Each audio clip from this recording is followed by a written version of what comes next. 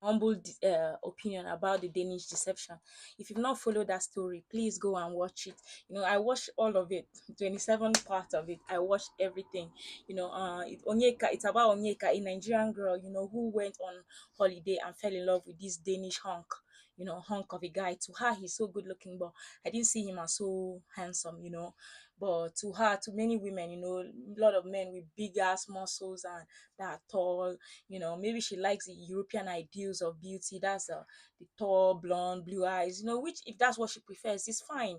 Everybody is entitled to like what they like. She fell in love with this guy she met on vacation, and they got married and all that. And the guy started duping her, scamming her whole family. He stole so much from her, so much money, almost close to 500,000. Like, he just got access to her circle, and then he worked his way to gain their trust, and then he started borrowing money from them.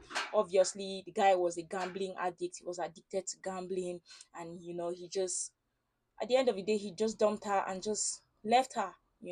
And she's heartbroken, but she's still speaking about him, and she's still a little giddy, from the relationship she just had with this person. And then there are so many, it's the discourse around it. Like, it brought up so much discourse, especially among Nigerian women across the world, are talking about the Danish deception. Like, to be honest, I see a lot of myself in Onyeka.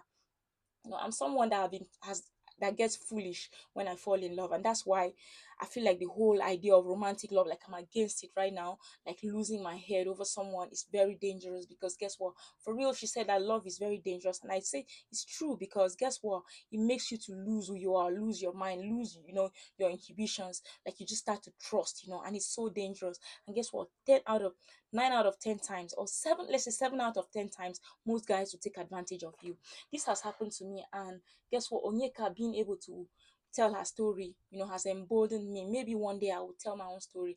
I had a boyfriend, an ex-boyfriend, who duped me and my family in the same way. It's not because we were still in love or giddy head over heels with each other, but he was still able, I was still able to trust him, to hand him my money, and a lot of my family members too, and my friends. I lost friends because of this.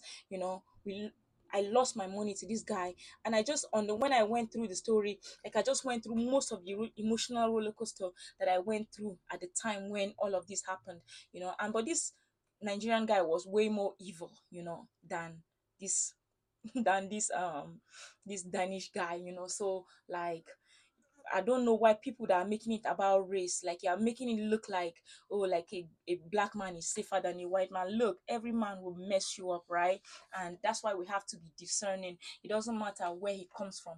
Like, I've let I've let myself, be serenaded by a Dane, and if you are not careful, they're going to wash you crazy. Like, I don't know if he's watching right now, because you're always creeping around on my social media.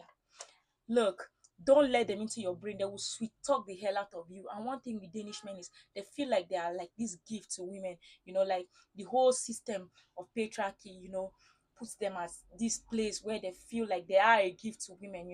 They really understand that they are good looking, and that most of the world sees them as good looking, and they've been casted in this light in, like, fairy tale movies from Hollywood, like the perfect idea of some sort of hero.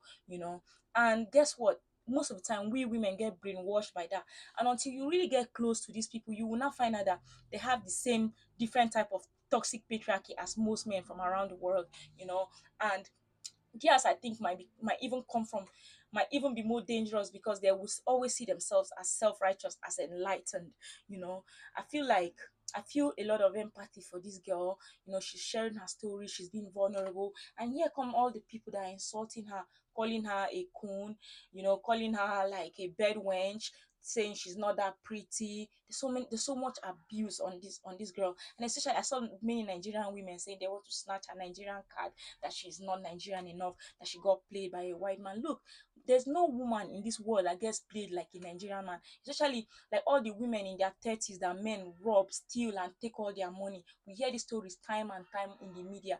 Didn't the same thing happen to Tonto Dike? Wasn't she scammed? We didn't the guy say that he was Obasanjo's son and all that, and was able to scam the baby out of her before she found herself? Like, we hear these stories all the time. So many men, like, so especially women in their 30s, the ones in churches that donate to that donate to churches, that are building schools that their children can never attend. The women that are building men and getting dumped, they're getting dumped when the men go for younger, hotter women. Like, this story is over, it's everywhere. Nigerian women are the most used and abused and scammed women in the world.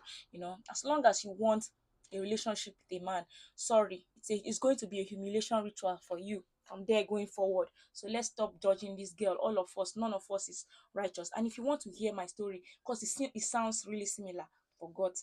Like, it's like it was really gripping. Like, I was shocked.